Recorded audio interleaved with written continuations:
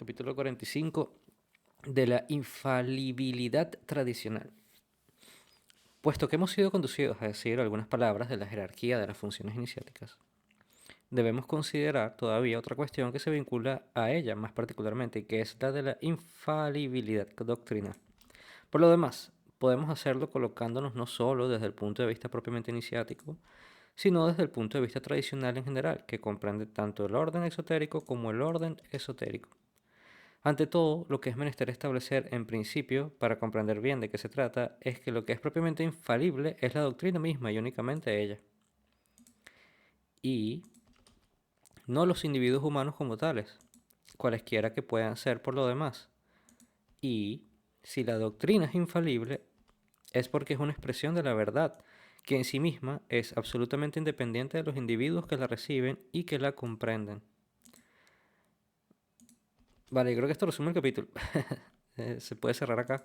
Es bien interesante este recordatorio de Ganón, sobre todo para su propia obra. Es decir, este capítulo puede ser hasta como una excusa de él como intérprete y como pensador de estas ideas o como transmisor, que finalmente está tratando de temas que intentan aproximarse a una verdad que es principial y que él solamente está intentando dar su punto de vista, su perspectiva, su entendimiento, y que obviamente tendrá sus errores y sus imperfecciones, pero está recordando, y estoy totalmente de acuerdo con él, que toda doctrina que tiene un origen espiritual y que se vincula a los principios por ella misma, es independiente, su verdad es independiente de la perspectiva o entendimiento o niveles de comprensión de los individuos, tiene lógica. Y yo creo que gran parte de este trabajo, ya que vamos por el capítulo 45, es el de verificar la lógica de lo que dice Guénon, más allá de las posibilidades de facto, y entender estas consideraciones para utilizar estas reflexiones para nuestro propio trabajo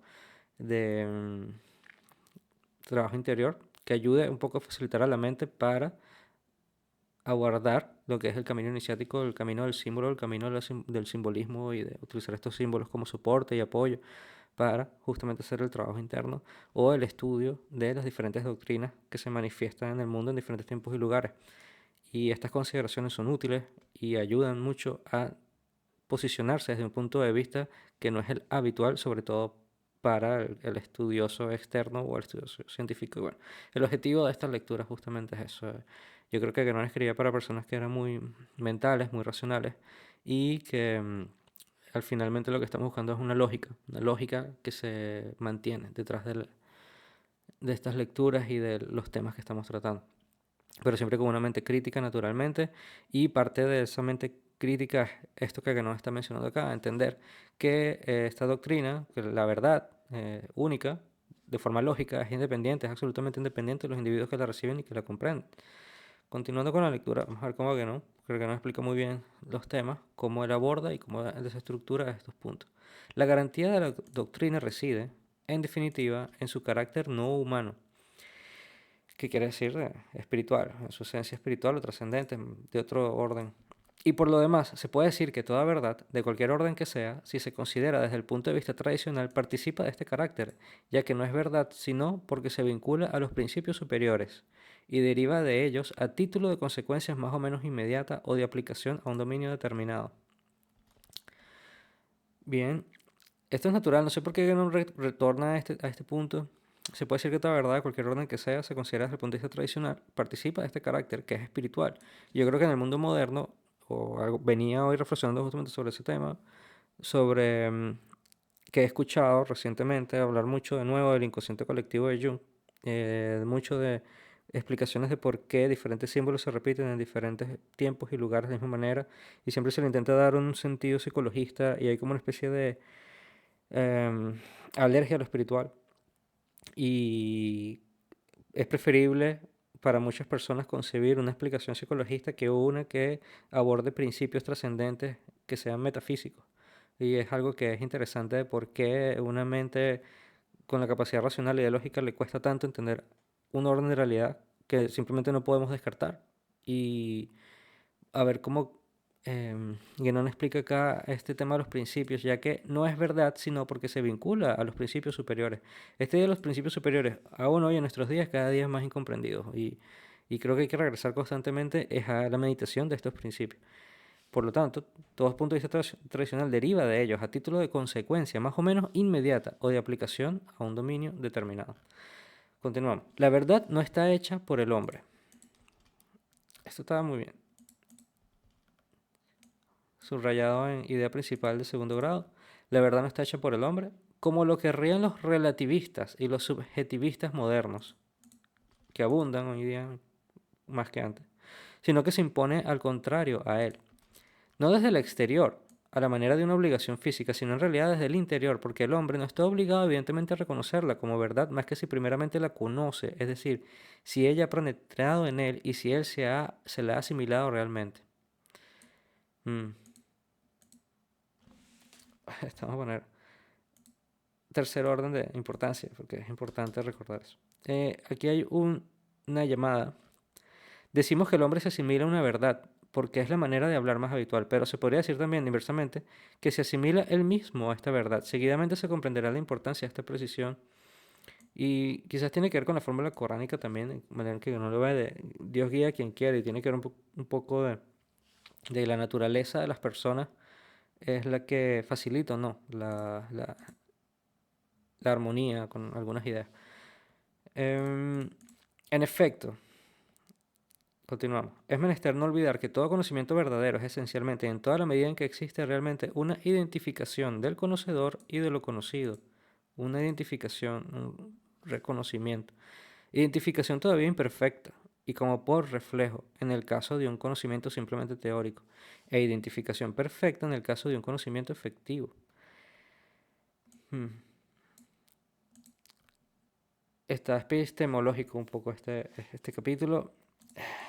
De esto resulta que todo hombre será infalible cuando expresa una verdad que conoce realmente, es decir, a la cual se ha identificado. Segunda llamada. Aquí habrá que hacer una reserva, puesto que la expresión o la formulación de la verdad puede ser inadecuada y puesto que incluso lo es forzosamente siempre en cierta medida, pero esto no toca en nada al principio mismo. Aquí no habla obviamente de que estas verdades metafísicas, sus expresiones son simbólicas y por lo tanto su naturaleza inexpresable, como ya este punto del curso, de las lecturas ya se ha repetido muchas veces. Continuando. Pero no es tanto que individuo humano, como será infalible entonces, sino en tanto que en razón de esta identificación representa, por así decir, esta verdad misma. En todo rigor, en parecido caso, no se debería decir que él expresa la verdad, sino más bien que la verdad se expresa por él. Desde este punto de vista, la infalibilidad no aparece de ninguna manera como algo extraordinario o excepcional, ni como constituyendo un privilegio cualquiera. De hecho, no importa quién la posee en la medida en la que es competente, es decir, para todo aquello que conocen el verdadero sentido de esta palabra. Tercera llamada. Así, por tomar el ejemplo más simple, un niño mismo, si ha comprendido y asimilado una verdad matemática elemental, será infalible cada vez que anuncie esta verdad. Pero por el contrario, no lo será de ninguna manera cuando no haga más que repetir cosas que simplemente haya aprendido a memoria, sin haberlas asimilado de ninguna manera. Bueno, es un ejemplo como simplista, pero continuando. Naturalmente, toda la dificultad estará en determinar los límites reales de esta competencia en cada caso particular. No hay que decir que estos límites dependerán del grado de conocimiento que el ser haya alcanzado y que serán tanto más extensos cuanto más elevado sea ese grado. Y, por consiguiente, es evidente también que la infalibilidad en un cierto orden de conocimiento no entrañará de ninguna manera la infalibilidad en otro orden superior o más profundo, y que, por ejemplo, para aplicar esto la división más general que se puede establecer en las doctrinas tradicionales, la infalibilidad en el dominio exotérico no entrañará de ninguna manera la infalibilidad en el dominio esotérico e iniciático. En lo que acabamos de decir, hemos considerado la infalibilidad como propiamente vinculada al conocimiento, es decir, como inherente en suma al ser que posee este conocimiento, o más exactamente al estado que ha alcanzado por él. Y eso no en tanto que es tal o cual ser, sino en tanto que en ese estado se ha identificado realmente con la parte de verdad correspondiente. Por lo demás, se puede decir que en eso se trata de una infalibilidad que no concierne en cierto modo más que al ser mismo al que pertenece, como formando parte integrante de su estado interior, y que no tiene por qué ser reconocida por otros, Si el ser de que se trata no está revestido expresamente de una cierta función particular y más precisamente de una función de enseñanza de la doctrina, en la práctica, esto evitará los errores de aplicación que son siempre posibles debido al hecho de la dificultad que indicábamos hace un momento, de determinar desde el exterior los límites de esta infalibilidad. Em, Bien, aquí estoy hablando de bueno, de diferentes grados internos que la gente puede alcanzar. Em, Ese estado se ha identificado realmente como parte de la verdad correspondiente y bueno, esto no tiene que ser reconocido por otros, sino que es un estado interno de la persona. Pero por otra parte, continuamos con la lectura, en toda organización tradicional hay otro tipo de infalibilidad, que ella sí está vinculada exclusivamente a la función de enseñanza, en cualquier orden que se ejerza, ya que esto se aplica también a la vez a los dos dominios exotérico y esotérico, considerando cada uno de ellos, naturalmente, en sus límites propios. Y es sobre todo bajo esta relación como se puede ver de una manera particularmente clara que la infalibilidad no pertenece de ninguna manera a los individuos como tales, puesto que, en este caso, es enteramente independiente de lo que puede ser en sí mismo el individuo que ejerce la función de que se trata. Es menester remitirse aquí a lo que hemos dicho precedentemente sobre el tema de la eficacia de los ritos. Esta eficacia es esencialmente inherente a los ritos mismos, en tanto que son los medios de acción de una influencia espiritual. Así pues, el rito actúa independiente de lo que vale, bajo cualquier relación que sea el individuo que lo cumple, e incluso sin que sea en modo alguno necesario que éste tenga una conciencia efectiva de esta eficacia. Cuarta llamada. Recordamos que esto es verdad para los ritos exotéricos, como la doctrina católica lo reconoce expresamente, tanto como para los ritos iniciáticos. Es menester solamente, si el rito es de aquellos que están reservados a una función especializada, que el individuo haya recibido de la organización tradicional de la que depende el poder de cumplirlo válidamente. No se requiere ninguna otra condición, y si esto puede exigir, como lo hemos visto, algunas cualificaciones particulares, estas, en todo caso, no se refieren a la posesión de un cierto grado de conocimiento, sino que son únicamente aquellas que hacen posible que la influencia espiritual actúe en cierto modo a través del individuo, sin que la constitución particular de éste le ponga ningún obstáculo. Bien. El hombre deviene entonces propiamente un portador o un transmisor de una influencia espiritual. Eso es lo único que importa, ya que ante esta influencia de orden esencialmente superindividual y por consiguiente en tanto que cumple la función para la que está investido, su individualidad ya no cuenta y desaparece incluso enteramente. Ya hemos insistido sobre la importancia de este papel de transmisor, particularmente en lo que concierne a los ritos iniciáticos. Es también este mismo papel el que se ejerce al respecto de la doctrina cuando se trata de una función de enseñanza. Y por lo demás, entre estos dos aspectos y por consiguiente entre la naturaleza de las funciones correspondientes, hay una relación muy estrecha en realidad, que resulta directamente del carácter de las doctrinas tradicionales mismas. En efecto, así como lo hemos explicado ya a propósito del simbolismo, no es posible establecer una distinción absolutamente clara y todavía menos una separación entre lo que depende de los ritos y lo que depende de la doctrina. Y por consiguiente, bueno, no es posible establecer una distinción absolutamente clara entre lo que depende de los ritos y lo que depende de la doctrina, y por consiguiente, entre el cumplimiento de aquellos y la enseñanza de ésta, que incluso si constituyen exteriormente dos funciones diferentes, no obstante, son de la misma naturaleza en el fondo. Porque, bueno, los ritos y la doctrina es esencialmente lo mismo, se enseña a través del símbolo en movimiento. El rito conlleva siempre una enseñanza en sí mismo, y la doctrina, en razón de su carácter no humano, que lo recordamos se traduce muy particularmente por la forma propiamente simbólica de su expresión, lleva también en sí misma la influencia espiritual. De suerte que no son verdaderamente más que dos aspectos complementarios en una única y misma realidad. Y eso, aunque lo hemos dicho primero, más especialmente en lo que concierne al dominio iniciático, puede extenderse también de una manera completamente general a todo lo que es de orden tradicional. Esto es importante. Que no aquí está abriendo la puerta, finalmente, que él siempre hace luego como una reconciliación con la religión.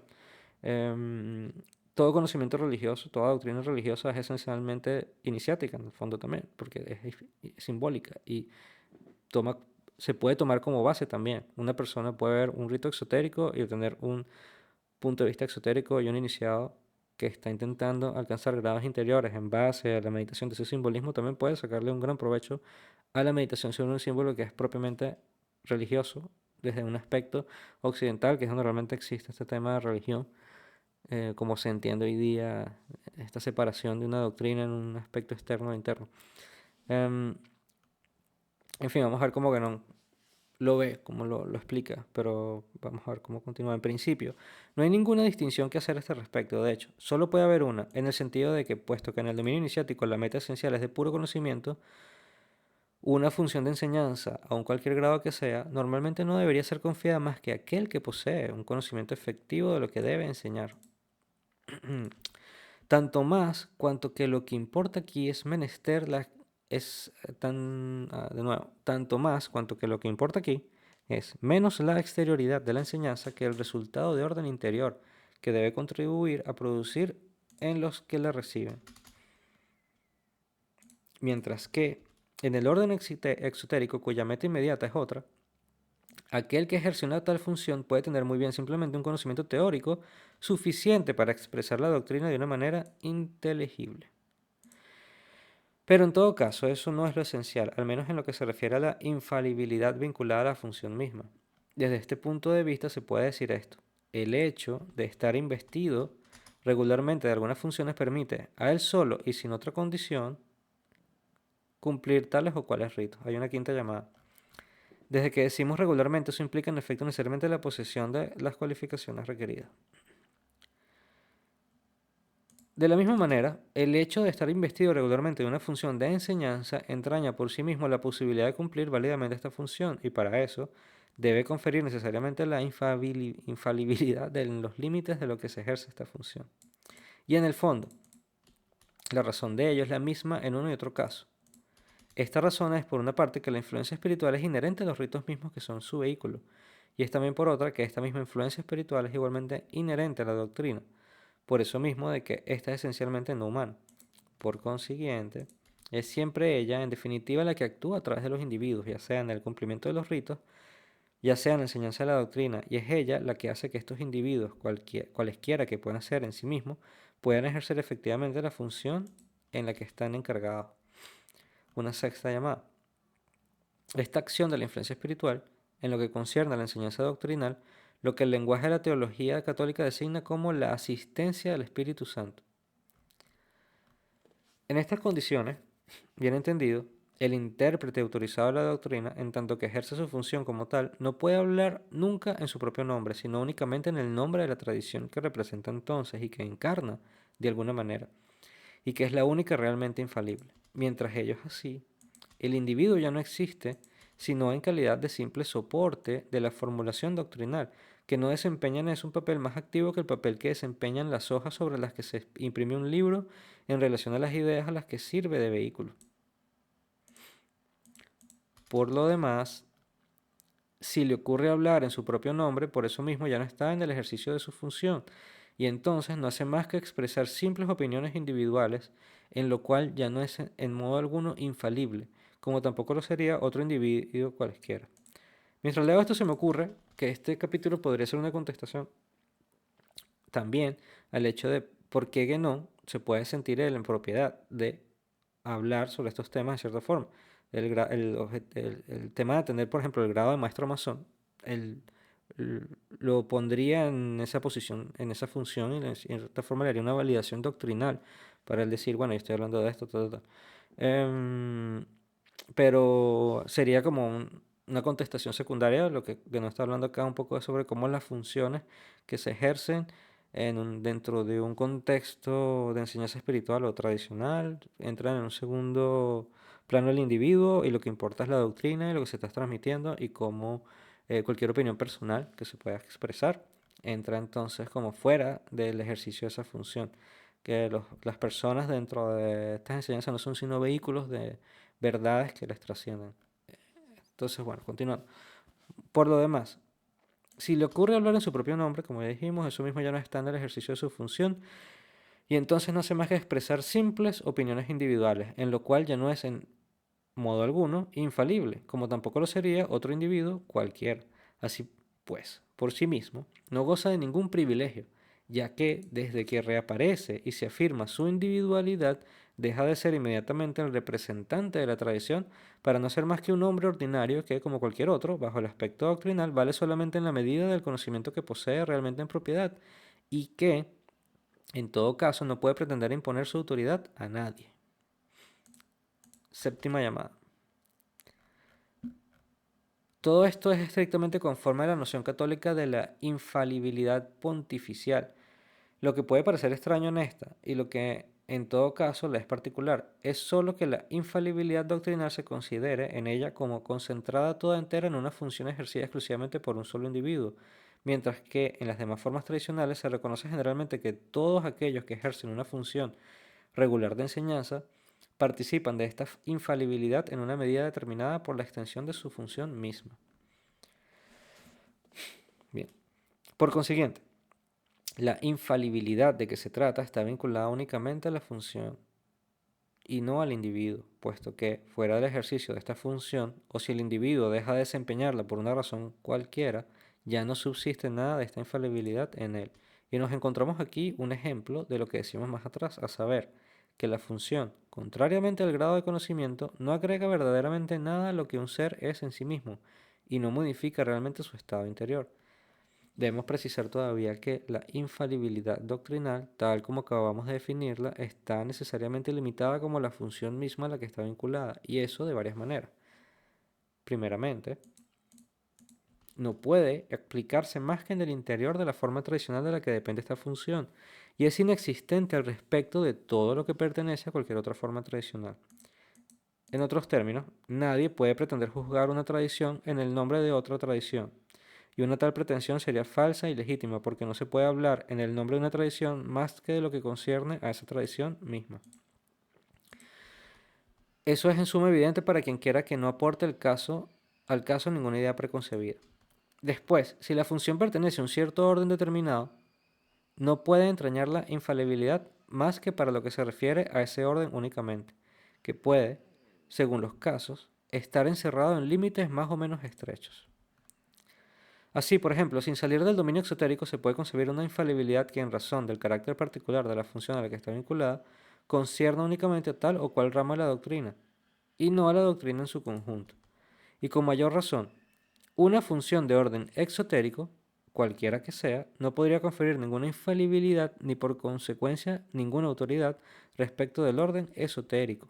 Y aquí todavía toda pretensión contraria que implicaría por lo demás una inversión de las relaciones jerárquicas normales no podría tener más que un valor rigurosamente nulo. Es indispensable observar siempre estas dos distinciones, por una parte entre las diferencias entre las diferentes formas tradicionales y por otra entre los diferentes dominios exotérico y esotérico. Octavo. Sirviéndose del simbolismo geométrico, se puede decir que por la primera de estas dos distinciones, la infalibilidad doctrinal está delimitada en un sentido horizontal, puesto que las formas tradicionales como tales se sitúan a un mismo nivel, y que por la segunda está delimitada en el sentido vertical, puesto que se trata entonces de dominios jerárquicamente superpuestos. Vale, entonces bueno, lo que está diciendo aquí es que, bueno, si una persona es un sacerdote no podría expresar, o alguien que está en el hinduismo, expresar opiniones sobre otra forma tradicional exotérica con el mismo infalibilidad que posee dentro de su función, y que una persona que está en un camino de realización interior em, es diferente a una persona cuyo único objetivo es obviamente el de una aplicación social y externa, y que bueno, en eso hay una diferencia de jerarquía y que él siempre recurre al simbolismo geométrico para explicarla, que es el simbolismo de la cruz. Em, Continuando, para prevenir todo abuso y todo error de aplicación en lo que concierne a la infalibilidad tradicional, más allá de los límites legítimos que conviene a cada caso, ya no hay infalibilidad, porque ya no se encuentra nada a lo que ella pueda aplicarse válidamente. Si hemos creído deber insistir en ello un poco más, es porque sabemos que muchas gentes tienen tendencia a desconocer estas verdades esenciales, ya sea porque su horizonte intelectual está limitado, de hecho, a una sola forma tradicional, ya sea porque en esta forma misma no conocen más que el punto de vista exotérico. Bien.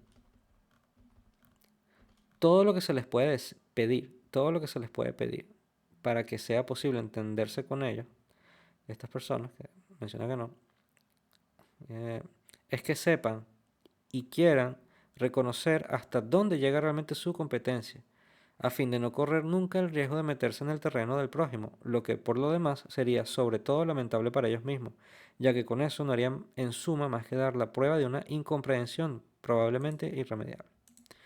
Vale, entonces con esta conclusión vemos que gran parte del capítulo, como lo mencionábamos, era un poco aclarar posiblemente comentarios de otras personas que intentan hacer opinión aquí y allá. Y bueno, en líneas generales, creo que es un buen repaso de algunas de las ideas que se han repasado en el libro. Ahora vamos a empezar con el capítulo 46, que se titula Sobre dos divisas iniciáticas.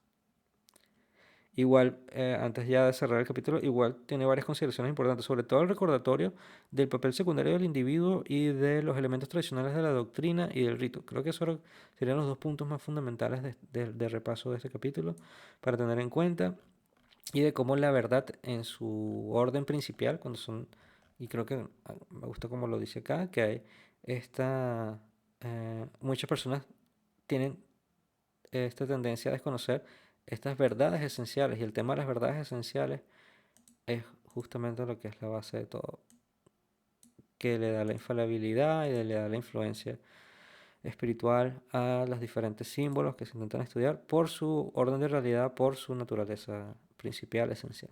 Bueno, sería el resumen del capítulo. Nos vemos entonces en el próximo sobre dos divisas iniciáticas.